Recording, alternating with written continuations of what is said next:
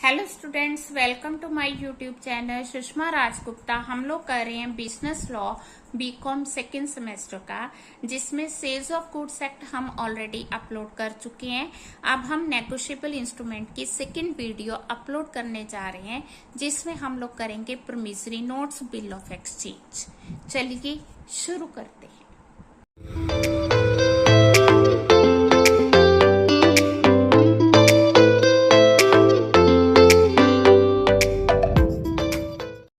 सबसे पहले promissory notes. Promissory note जो है they are defined under section 4 of the negotiable instrument act. अब जैसा कि इसके नाम से ही पता चलता है, प्रोमिसरी नोट्स। प्रोमिसरी नोट क्या है? एक प्रोमिस का नोट है। यहाँ पे प्रोमिस कौन कर रहा है? वो पर्सन जिसने पेमेंट करनी है। ठीक है, ए ने बी को गुड्स सेल की। A is the seller, B is the buyer. ठीक है, नाउ बी ने उसको पेमेंट करनी है। ठीक है, बी ने पेमेंट करनी है। अब बी क्या कर रहा है? एक नोट, प्रोमिसरी नोट लिख के दे रहा है। क्या प्रोमिसरी नोट लिख के दे रहा है? आई प्रोमिस टू पे। ठीक है, आई प्रोमिस टू पे और ऑर्डर ₹500। वो बी जिसने पेमेंट करनी है वो ए को प्रोमिसरी नोट दे रहा है कि मैं तुझे सर्टेन पीरियड के बाद इतनी अमाउंट पे करूंगा। सो प्रोमिसरी नोट एक नेगोशिएबल इंस्ट्रूमेंट है जो कि सेक्शन 4 के अंडर डिफाइन किया गया है, और इसमें जो वो प्रॉमिस कर रहा है दैट मस्ट बी अनकंडीशनल। उसमें किसी तरह की कोई कंडीशन, कोई शर्त नहीं होनी चाहिए। Then signed by the maker. इस पर्सन के द्वारा वो क्या होना चाहिए? साइंड होना चाहिए, और उसमें सर्टेन सम ऑफ मनी लिखा होना चाहिए। टू किसको? यहाँ पे ए आएगा, और टू ए और द ऑर्डर ऑफ, यानी कि जो पेमेंट करनी है वो या तो ए को करनी है या ए के ऑर्डर पर किसी सर्टेन पर्सन को पे करनी है। समझ आती? तो जिस पर्सन ने पेमेंट करनी है वो एक नोट लिख के देता है, जिसे हम प्रोमिसरी नोट कहते हैं, जिसमें डेट भी मेंशन होती है और अमाउंट भी मेंशन की होती है। ठीक है, अब इसकी एग्जांपल्स दी गई हैं कि कौन कौन से प्रोमिसरी नोट्स हो सकते हैं, जिसमें लिखा हो I promise to pay B, I acknowledge my self to indebted to be in ₹1000 to be paid on demand for the values received। ठीक है, उसके अलावा mister B, I owe you, I promise to pay and all other sum which shall be due to him. इसमें एक certain amount कर दी, plus उसने क्या कहा कि इतनी अमाउंट्स पे करूंगा। बट ये जहां पे कुछ सर्टेनिटी नहीं है वो प्रोमिसरी नोट नहीं है। प्रोमिसरी नोट वही होगा जिसमें अमाउंट सर्टेन होगी और उसकी वैल्यू जो है कंसिडरेशन मिल चुका होगा। जैसे ये कहना आई ओ यू, मैंने आपको पैसे देने हैं, तो that is not a promissory note. ठीक है, प्रोमिसरी नोट वही है जिसमें प्रॉमिस किया गया है to pay certain sum of money. यहाँ पे उसने कहा विच शैल बी ड्यू, पता नहीं कितनी ड्यू होगी, आफ्टर डिडक्टिंग ओ मनी। ठीक है, या after my marriage with C. तो यहाँ पे कंडीशंस लिख दी हैं, तो हमने कहा था कि अनकंडीशनल और प्रॉमिस ही प्रोमिसरी नोट है। अब प्रोमिसरी नोट की पार्टीज कौन कौन सी हैं?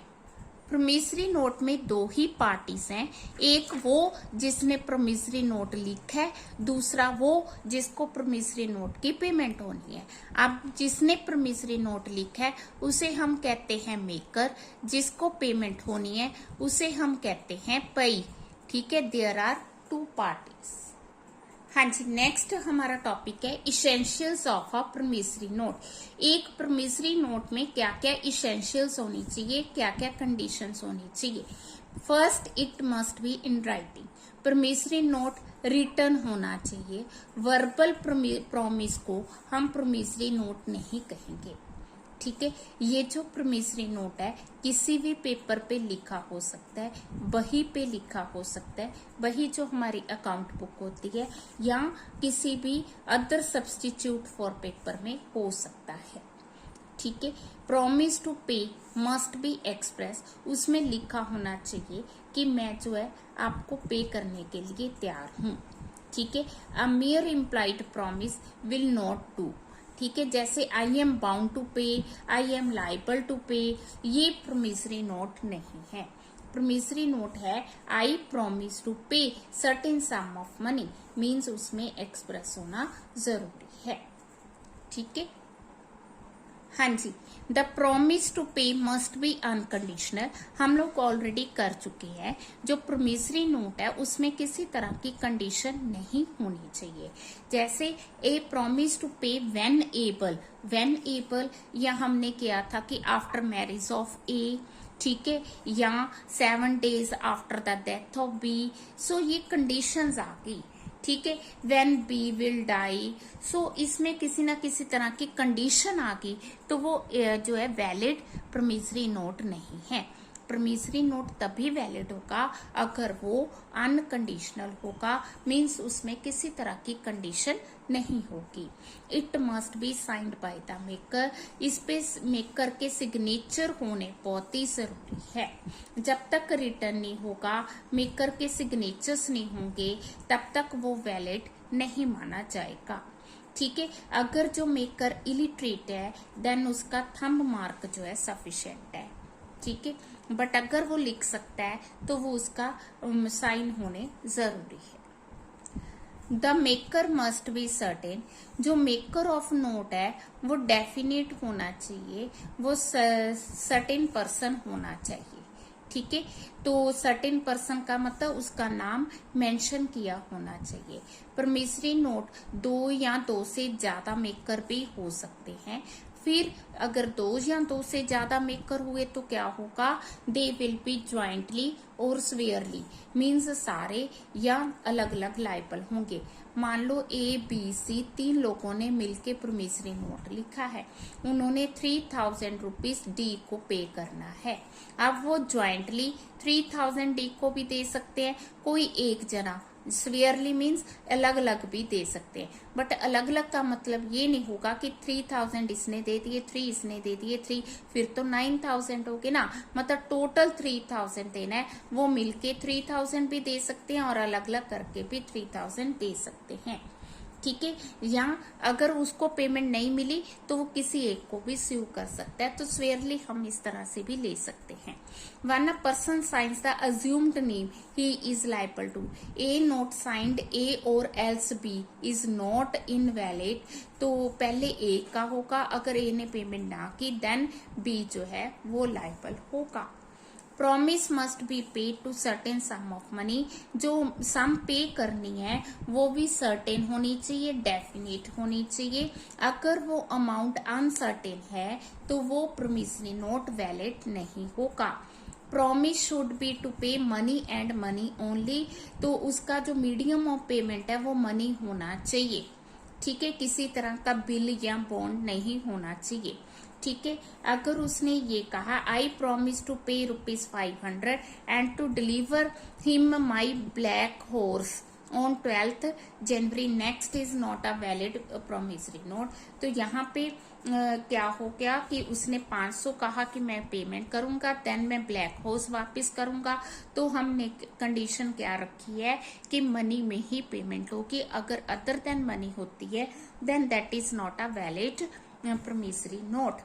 पे मस्ट बी सर्टेन पर्सन, जो पे है, ठीक है, जिसको पेमेंट होनी है वो भी सर्टेन पर्सन होना चाहिए।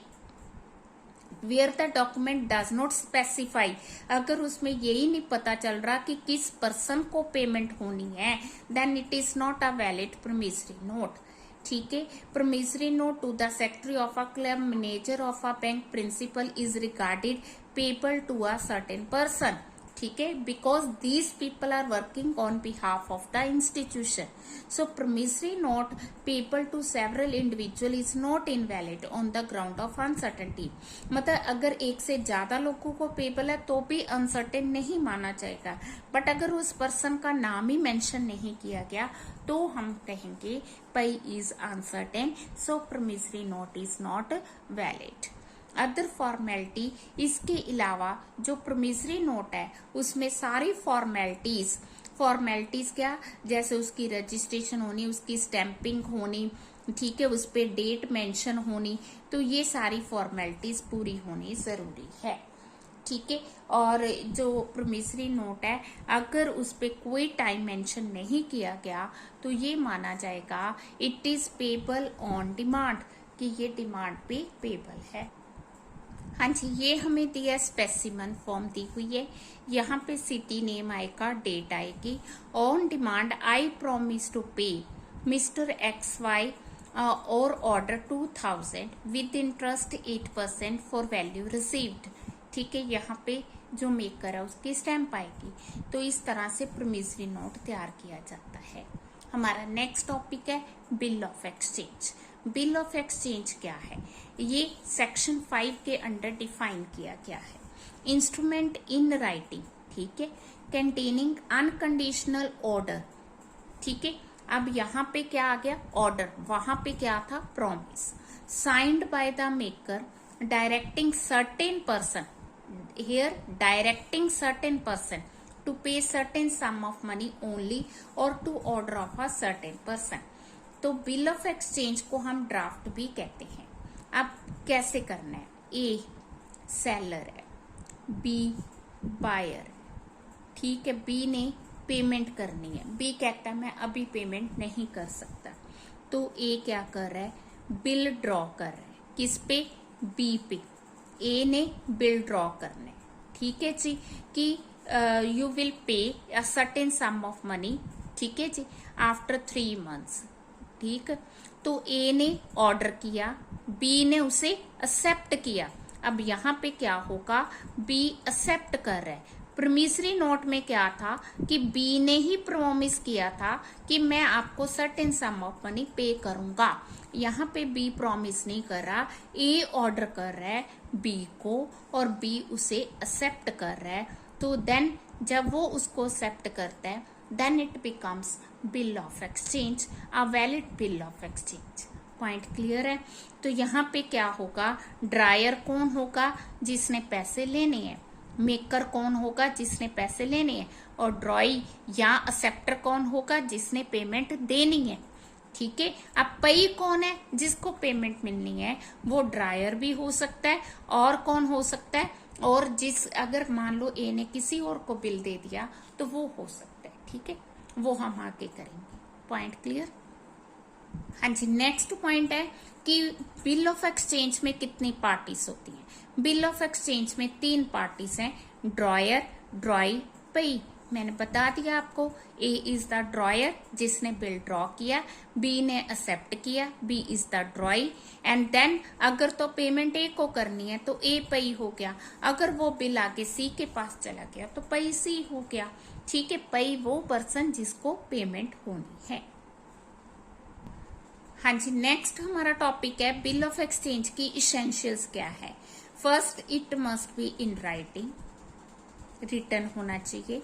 दूसरा, इसमें अनकंडीशनल ऑर्डर होना चाहिए, उसमें प्रॉमिस था, इसमें ऑर्डर है। Third, it must be signed by the dryer, ठीक है, ड्रॉयर के द्वारा साइंड होना चाहिए, ठीक है। And there must be 3 parties, the parties must be certain, ठीक है, 3 पार्टीज ही होंगी। Order must be to pay certain sum of money, यही चीज हमने प्रोमिसरी नोट में की थी कि वो जो सम है दैट मस्ट बी सर्टेन, और उसमें ऑर्डर टू पे होना चाहिए। और इसमें वो सारी फॉर्मेलिटीज, डेट की, कंसिडरेशन की, स्टैंप की, वो सारी पूरी होनी जरूरी है। तो इसमें इनको एक्सप्लेन नहीं किया गया। अगर आपका क्वेश्चन थोड़ी लेंथ वाला आता है तो आप इनको एक्सप्लेन कर सकते हो, जैसे हमने प्रोमिसरी नोट में किया था, ठीक है जी। तो हमें स्पेसिमन दे दिया बिल ऑफ एक्सचेंज का, इसमें है 3 मंथ आफ्टर डेट, ज्यादातर 3 मंथ्स का होता है, आगे पीछे भी हो सकता है। तो यहाँ पे उस सिटी का नाम नेम आ गया, देन डेट आ गई, ठीक है। 3 month after pay to X Y और order the sum of money for value received, ठीक है, टू किसको हमने सेंड किया। यहाँ पे वो अपने साइन करेगा, मीन्स वो एक्सेप्ट करेगा। ये ड्रॉयर हो गया और ये कौन हो गया, ड्रॉई हो गया। गया। ठीक है जी। अब आ गया हमारा दोनों में डिफरेंस क्या है। दोनों में डिफरेंस है, सबसे पहले तो पार्टीज का डिफरेंस है। बिल ऑफ एक्सचेंज में 3 पार्टीज होती हैं और जो अपना प्रॉमिसरी नोट है इसमें 2 पार्टीज हैं, मेकर और पेई। इसमें ड्रॉयर, ड्रॉई और पेई। अब बिल ऑफ एक्सचेंज में अनकंडीशनल ऑर्डर होता है, मैंने पहले आपको बता दिया। प्रॉमिसरी नोट में अनकंडीशनल प्रॉमिस होता है। एक्सेप्टेंस बिल ऑफ एक्सचेंज मैंने आपको बताया कि सेलर ड्रॉ करेगा और जो बायर है उस पे एक्सेप्टेंस देगा, बट प्रॉमिसरी नोट तो पहले ही पेमेंट करने वाले ने बनाया तो वो इसकी कोई एक्सेप्टेंस नहीं देगा। मेकर की जो लाइबिलिटी है in case of promissory note, जो मेकर की लाइबिलिटी है वो प्राइमरी है और लाइबिलिटी ऑफ द ड्रायर इसमें क्या होती है, सेकेंडरी या कंडीशनल होती है। ठीक है। Notice of dishonour, bill of exchange के केस में नोटिस ऑफ डिसऑनर देना जरूरी है, but in case of promissory note notice of dishonour देने की जरूरत नहीं है। Maker position, dryer of bill of exchange, ठीक है, उसका एक्सेप्टर के साथ रिलेशन होता है बट पेई के साथ कोई रिलेशन नहीं है। ड्रॉयर का एक्सेप्टर के साथ इमीडिएट रिलेशन है, क्योंकि ड्रॉयर कौन है, सेलर, और ड्राई कौन है, बायर, तो इन दोनों का आपस में रिलेशन है। अब सी के साथ अगर मान लो वो बिल सी के पास चला गया, सी ने आके डी को दे दिया, तो उस केस में ड्रॉयर का पेई के साथ कोई रिलेशन नहीं है। But in case of promissory note dryer और पेई का आपस में रिलेशन है। प्रॉमिसरी नोट की can never be conditional, bill of exchange जो है वो कंडीशनली एक्सेप्ट हो सकता है। ठीक है। बिल ऑफ एक्सचेंज के सेट्स होते हैं, यानी कि कॉपीज होती हैं जो अलग अलग जगह पे सेंड की जाती हैं, बट प्रॉमिसरी नोट के कभी भी सेट्स नहीं होते। Promissory note can not be made payable to bearer, bearer को पेबल नहीं होता, जबकि बिल ऑफ एक्सचेंज जो है वो बेयरर को पे हो सकता है। प्रॉमिसरी नोट इसमें मेकर जो है अपने आप को पेमेंट नहीं कर सकता, जबकि बिल ऑफ एक्सचेंज में जो ड्रॉयर है, मैंने आपको पहले भी बताया, ए ने बिल ड्रॉ किया, बी ने एक्सेप्ट किया, तो यहाँ पे ए भी पेई हो सकता है। मींस बी किसको पेमेंट करेगा, ए को करेगा। तो कहने का मतलब ये है कि बिल ऑफ एक्सचेंज में ड्रॉयर और पेई सेम हो सकते हैं, बट प्रॉमिसरी नोट में नहीं। ठीक है। प्रोटेस्ट, फॉरेन बिल्स को अगर डिसऑनर हो जाएं तो उनको प्रोटेस्ट किया जाता है। ठीक है। But in case of promissory note ऐसा कुछ नहीं है। एप्लीकेबिलिटी ऑफ सर्टेन प्रोविजंस, जो भी प्रोविजंस हैं जैसे प्रेजेंटमेंट का हो गया, एक्सेप्टेंस का हो गया, ये सारी जो प्रोविजंस है बिल ऑफ एक्सचेंज के लिए बनाए गए हैं। प्रॉमिसरी नोट के लिए ऐसा कोई प्रोविजन नहीं है। ठीक है जी। तो नेक्स्ट वीडियो में हम लोग चेक्स और क्रॉसिंग ऑफ चेक करेंगे। वीडियो अच्छी लगी वीडियो को लाइक करें, चैनल को अभी तक नहीं सब्सक्राइब किया तो जरूर सब्सक्राइब करें। Thank you.